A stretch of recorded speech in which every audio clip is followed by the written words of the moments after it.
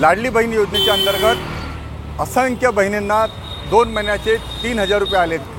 आनंद आहे, चेहऱ्यावर आनंद दिसतोय, परंतु भाजपचं एक षडयंत्र आहे का बहिणींना 1,500 रुपये द्यायचं आणि बहिणींचे जे नवरे आहेत म्हणजेच मुख्यमंत्र्याचे जावई त्यांच्या खिशातून इलेक्ट्रिकच्या माध्यमातून 500-500 रुपये काढायचं। नागपूर शहरामध्ये संपूर्ण महाराष्ट्रामध्ये 30% इलेक्ट्रिकचे बिल वाढले आहेत। जे माझं बातमी ऐकत असेल किंवा बघत असेल त्यांनी ॲनालिसिस करावं तर तुमचे इलेक्ट्रिकचे बिल आहे तो कितीपर्यंत वाढलेला आहे। जो 1,500चा येणारा बिल तो 3,000ला आला आहे, तो 5,000चा येणारा बिल हा 12,000ला आला आहे, जो 4,000चे इलेक्ट्रिकचा बिल हा 8,000पर्यंत आलेला आहे।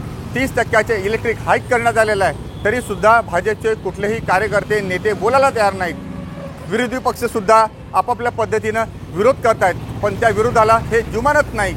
आणि दुसरीकडे मात्र लाडली बहीणच्या नावाखाली माझी बहीण म्हणून 1,500 रुपये देण्याचं एक षडयंत्र भाजपच्या वतीनं रचण्यात आलेलं आहे। आपल्यासोबत आहे काँग्रेसचे वरिष्ठ नेते यशवंतजी मेश्राम साहेब आहेत। आपण त्यांची जाणून घेऊ नेमकं काय प्रकार आहे आणि हा भाजपचं षडयंत्र कशा प्रकारे आणि बहिणींनी कशा प्रकारे सावध होण्याची गरज आहे। भाऊ, NMC न्यूजमध्ये आपलं खूप खूप स्वागत आहे। कशा प्रकारची इलेक्ट्रिक हाईक करण्यात आली आणि काय बोजा होत आहे?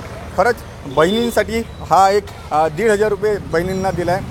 भावावर किती अन्याय झाला आहे आणि जावयावर किती अन्याय झाला आहे? आणि बहिणींना 1,500 देऊन सरकारनं जावयांच्या खिशातून 3,000च्या वर रुपये काढण्याचा प्रयत्न सुरू केलेला आहे। आपणाला माहीत असेल की आधी इलेक्ट्रिकचं मिनिमम बिल 50 रुपये होतं, त्या 50 रुपयाचे मिनिमम बिल 130 रुपये झालं आणि पर युनिट जेवढे बिल वाढवले की ज्यांचे बिल आधी 200-250 असायचे ते आता 600 ते 700 रुपये भरायला लागले।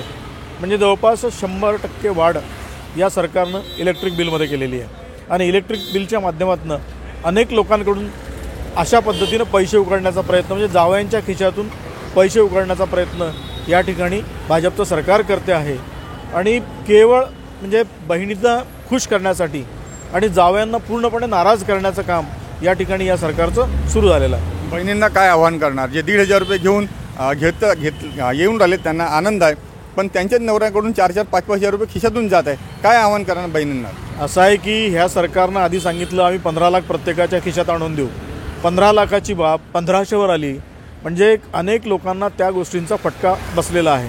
म्हणजे बहिणींना केवळ लॉलीपॉप दाखवायचा आणि जावयांच्या खिशातून मात्र लाखो आणि कोट्यवधी रुपये इलेक्ट्रिक किंवा बाकी इतर करांच्या माध्यमातून उघडायचे, अशा पद्धतीचं या प्रकारचं या सरकारचं षडयंत्र आहे। निवडणुकीमध्ये बहिणीने काय स्टँड घ्यायला हवं? निवडणुकीमध्ये बहिणींनी विचारपूर्वक मतदान केलं पाहिजे, कारण हे जे भाजपचं सरकार आहे हे सरकार तुमच्या खिशातून ज्या पद्धतीनं पैसे उकळते, महागाईवर त्यांचं नियंत्रण नाही, त्यांचं नियंत्रण कुठल्याच गोष्टीवर नाही आहे, त्यांचं नियंत्रण फक्त पैसे खाण्यावर आणि भ्रष्टाचार करण्यावर आहे। त्यामुळे ज्या भगिनी या ठिकाणी विचारपूर्वक त्या भगिनींनी मतदान करावं आणि भगिनींनी अशा पद्धतीनं मतदान करावं की जेणेकरून हे जे भाजपचं षडयंत्राचं सरकार जे आहे, हे जे भाजपचं 3 टांग्यावर उभं असलेलं सरकार जे आहे ते पूर्णपणे नेस्तनाबूत होईल, अशा पद्धतीचा प्रयत्न भगिनींनी करायला हवा, एवढंच माझं आव्हान आहे।